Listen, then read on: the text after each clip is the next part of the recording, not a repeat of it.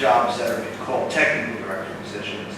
Story, editorial, design are art positions, and again, animation is a separate job. Now, this definition is different depending on what studio you're at. For instance, at DreamWorks, they don't say shading, they say surfacing. You know, in some studios, a modeler is considered an artist, not a technical director. So, the definitions change. So, whenever you're talking to someone in the industry, you know, you usually have to ask a question or two to figure out what they mean when they say technical director. But at Pixar, this is set up. And the job actually requires a range of skills, from technical to artistic. This is a rough diagram. I didn't create this. I actually borrowed some of these slides from someone else. This is a rough diagram, sort of what skills you need for the various types of technical directors. For instance, lighting, you can see, takes a range of skills. You have more technical lighters, but you also have lighters that are mostly artistic. They might just have a film background. Whereas global tech, even the name sounds technical. Those are sort of the programmers that are inside of the technical director job description that are more technical skills. Then things like effects could span the whole range. Modeling tends to be more artistic. So you can see that there's a range of skills you need to be considered a technical director. And so yeah, that just, I think, hopefully helps explain a little what I'm talking about. However, I'm sure many of you are thinking, all right, I've mentioned these terms like shading, simulation, rigging. What do I exactly mean by that? I'm sure many of you have ideas, but I'm going to take a walk through the pipeline to sort of explain what each of these roles are that I'm talking about, at least at Pixar. Again, this can be very different depending on what studio you're at. So here's the walk through the pipeline. Now it's all going to begin with the story pitch. And it just occurred to me, I'm going to need some volume to make this work. 1 second, there might be a phone back here.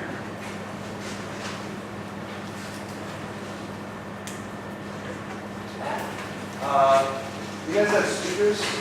Okay. Sorry about that. No problem. We're going to listen to a story pitch. Hey, one thing I noticed for you guys, you young 3D artists, when he was doing the run through of the first Toy Story 1995 and then to the end of Toy Story 2000, whatever that was. One thing, yeah, his technical capabilities increased and hardware allowed more complicated visual materials. From a design perspective, it's still the age-old issue of concepting up what stuff looks like, what does the Toy Story dude's room look like. That's all art direction. That's all art and design. There's one thing we try to stress with you guys is what's going on in front of the camera. Yeah, you can learn how to operate a camera, but in undergraduate in this department, you've got to make those design decisions too. What makes sense conceptually for the guy's room? And you can see how that evolves. So that's just important for you to remember and think about. Those are design decisions. Cool. Thanks. Thanks, Pat, for helping us set this up. So what I'm going to show you now is a story pitch. This is going to be Andrew Stanton pitching the story for Finding Nemo. Again, this actually occurs before production officially begins. This pitch has to happen at the very beginning to the other directors, and if they like it, then it goes to storyboards. So here's the pitch. It's often just a guy talking enthusiastically. We're now, Marlon has moved to a much safer spot in the reef, safely in the cul-de-sac, and he's woken up by a 6-year-old son, Nemo, who's now with a withered fins from the accident with the barracuda, who swims really erratically and strangely, but today he's ping-ponging all over the place because today's the first day of school. And he's all psyched that this is the day he's been waiting for, and this is the day his father's been dreading. Because his untrust, his lack of trust, his fear of the ocean, everything is just coming to the surface as Nemo has Mr. Ray, who's the science-eccentric stingray teacher who likes to bring all the kids out in the fields for the reef on the first day of school. And so Father's just nervously taking Nemo along, and Nemo's all excited, asking all these questions. Oh, maybe we'll see sharks, Dad. Do you know sharks? He says, no, I don't plan on meeting any. I said, how about sea turtles? Sandy Plankton said sea turtles grow to be 350 years old. I said, well, I'm sure Sandy Plankton's exaggerating, but if I ever meet one, I'll ask them. And then they finally make it to the school. Mr. Ray comes, all the kids get on top, and Father has to nervously watch and slow with the other parents as they go off and disappear into the reef, and he can't hide his anxiety. And the other parents all over him goes, don't worry, most of them will make it back. Yeah, don't worry. I remember my first time at the drop-off. Oh boy, that scared me, Father. The drop-off? They're going to the drop-off. They don't go to the drop-off. That's too dangerous. Nemo can't swim. And he panics and he goes off into the reef. So, if all goes well in a story pitch like that, and picture understanding, he has to do that for 90 minutes, talking that fast, that enthusiastic. So, story pitch is quite a hurdle to get over, but when it's done, the story looks good enough, we go to storyboards. And yeah, we always make drawings before we ever go to CG because it lets us try out ideas very quickly. And potentially throw them away. In fact, in some films, we've made upwards of 90,000 storyboards that you draw. I don't even think there's 90,000 frames in a film. So, storyboards, yeah, we make lots of them because many ideas don't work. And, but pretty much as soon as we create them, we hand them off to other departments to cut them into an animatic. But before that happens, while storyboards are drawing, you'll notice there's not a lot of detail in these drawings.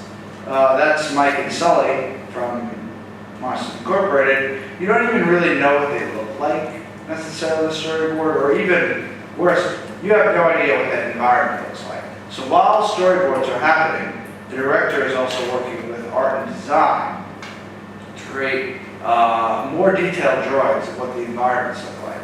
This is an example of what the set on Wall-E looked like. Basically the big trash dumps in post-apocalyptic Earth. And a lot of these drawings have more specific details that are called out by the art designer and the director that need to be fleshed out later by the other departments. But yes, art and design designs the sets and characters while storyboards are being created by the story department. At the same time, here's an example of what a lot of the small this is another kind of drawing that art and design does. This is called a color script, where these are very low resolution drawings done by the director of photography or the art director to show what the lighting and mood will look like in the various shots. So these shots in Wall-E, it's basically just overall color composition of these either shot by shot, usually sequence by sequence. And these low resolution little drawings are done to also inform lighting later in the pipeline. So that's another thing that the art director will do, is create a color script. However, once the story art is done, storyboards are done, or enough of them are done, the editorial department will cut them together with sound. Now, often, we don't even know who the voice actors will be in a film before, while the storyboards are done. We're still looking. So it's usually employees in the studio that do the first recording. We call those scratch vocals. And every once in a while, the scratch vocals are so good, they become the final actor. But some examples is Emile from Ratatouille, Remy's brother, is an animator named Peter Sohn. Doug from The Dog and Up is Bob Peterson, another director. So occasionally, the voice actor, actually the most prominent character was Linguini, was an artist in Ratatouille and his scratch vocals made it. But normally, what we do in editorial is we cut our scratch vocals with the storyboards and have a full 90+ minute version of the film done, even before any CG is done.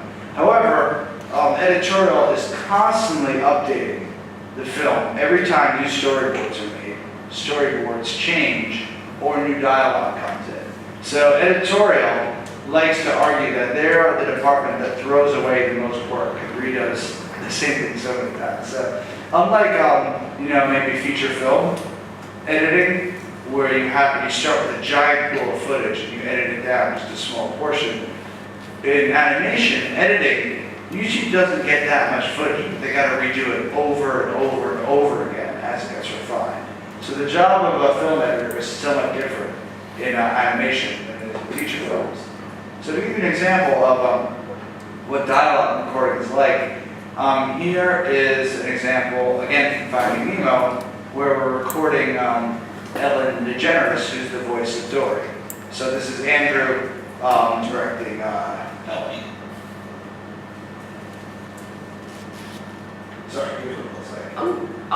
Big fella, big whale. Okay, maybe he only speaks whale. We need to find his son.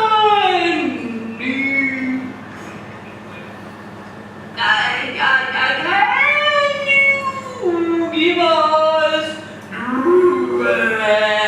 directions? Make it different dialect. Maybe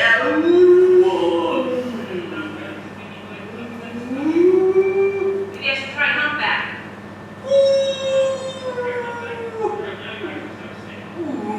Maybe louder, huh? Too much orca. Did that sound a little orca-ish?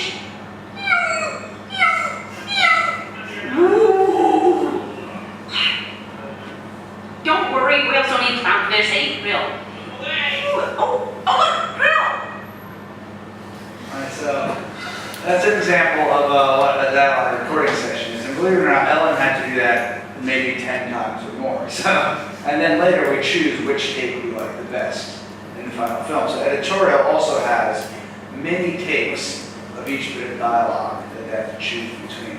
And actually, this does have to happen somewhat early because, those exaggerated whale sounds, that's going to affect how you animate Dory in that shot. There's only so much you can do without dialogue, so it's very important that we get the film in a state where the dialogue